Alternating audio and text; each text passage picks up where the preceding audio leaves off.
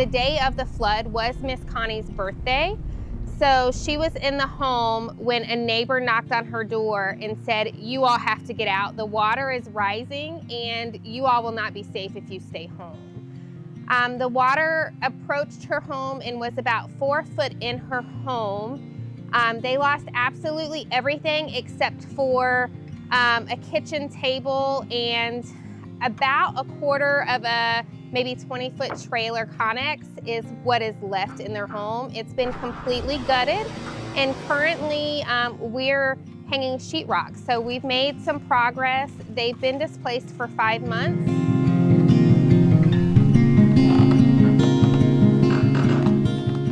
We've completely redone the floor joist systems. We're starting to hang drywall. So there's a little bit of subflooring left to put in, but other than that, hopefully within the next 2 weeks, we're ready for some paint and some cabinets. Man, today is incredible. So we've been working on this project for about 5 weeks now. The volunteers that are here this weekend are from Iowa, from Pennsylvania, and from South Carolina. We've had an outpour of love and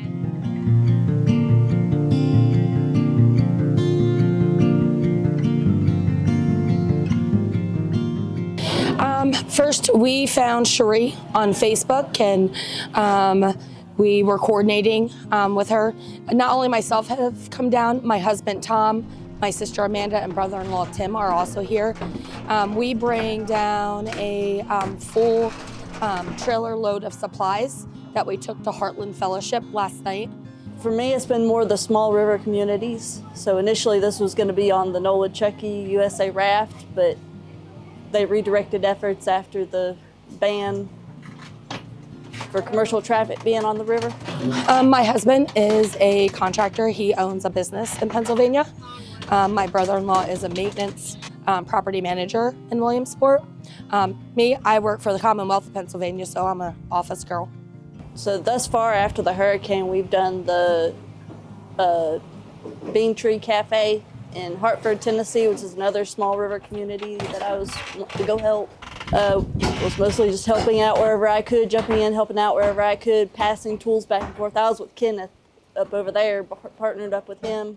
So for me initially, I knew it was something that I had to do, that God had laid on my heart. I had no idea how it was going to come together because I knew there were some things with this that I would have to really dig into. But what drives me is, like, especially on a day like today where you've got various projects going on, and even though I feel like I'm being pulled in 100 different directions, you know, Brett and I have been back and forth on this for a few weeks now, and I'll just look over at Brett or he'll look at me and he'll just smile and we'll just shake our heads, and it's just like, this is so cool. God had laid it on our hearts. This is my husband and I's second trip to help. In October, we went, delivered supplies to New Hope Fire Department in North Carolina. So that touched our heart greatly. We didn't get an opportunity to help there with any cleanup or rebuild. So when we got in touch with Cherie and Kenneth, that really touched our hearts to come. We plan on coming back again in a couple weeks. This trip here was about 8 hours, 40 minutes to get here. Now where we're staying, it was great at Doe River Ministries, put us up in housing there, which is an hour from here, from this home where we're working. So we got to see some of the flooding on our way over, pretty devastating. I would say the biggest drive, other than knowing that I had to do this, was, you know, they're just seeing the smile on Miss Connie's face. Like this past week especially, there's been a complete change of spirits for her in regard to the house. You know, she's been cutting up and stuff like that. So I feel like mentally she's in a much better place and can finally see light at the end of the tunnel. And for me, that's just a huge motivation.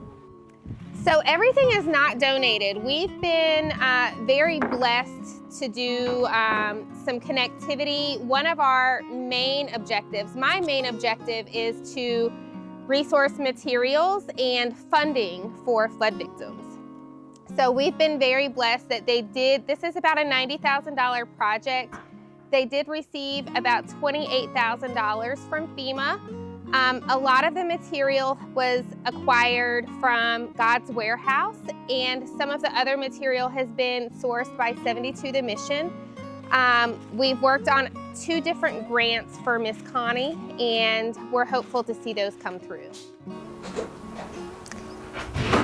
I feel like it's invaluable that these people come from all over the country just for something like this. When we first started the hurricane, me and my dad were operating skidsters, running chainsaw crews. We were over doing some help at USA Raft and places in Irwin. We are now working on Miss Connie's house. My name is Brett Lemley. I'm a resident here in Telford in Jonesboro area. Been here 7 years. I'm a renovation contractor, general contractor in California, and I have the privilege to work with Hands and Feet Ministry with Kenneth and his wife, Shree, and those coming in from out of state here to join us in an effort to rebuild Tom and Connie's home. And the renovations are going on schedule, and our inspections are going very well. So it's a privilege to be here, and we're just reaching out to the community and those that are impacted that we can help in any way we can. So God bless you guys for your prayers and support for us. I have New Hope Ministry and Outreach is my nonprofit, and but I'm also a licensed contractor here. So we thank you for the opportunity. Actually come out of California, so I was in the Northridge quake, Whittier quake, Big Bear earthquake, involved in first responders and emergency services there. And I was a GC on the mountain, Andreas fault line, and helped evacuate a town of 3,000 during Sheep Creek fire. But we're just responding to the needs of our community and trying to rebuild their lives and give them hope. And that's what led me to start my nonprofit as New Hope Outreach and Ministry. Yeah, we would love to be supported by the community and donors. One of the main objectives that we have is fundraising, and that can be through our website. It's Hands and Feet. I'm sure the guys will put that on for our website to be able to fundraise. Okay, Hands and Feet Ministries is a grassroots effort that started the day of the flood.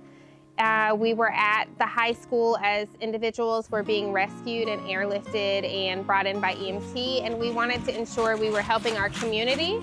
And as time has progressed, we're 5 months in, and of course needs have changed. We've done supply drops and placed many families in campers, and now we're working on rebuild projects and volunteer efforts to bring families back to their houses. People from all over the country, if you want to connect and volunteer with us, we have volunteer opportunities. You can also sign up on our website for that. You can connect with us on social media, on Facebook, and we would love to have your support, whether it's a financial donation or through time and treasure.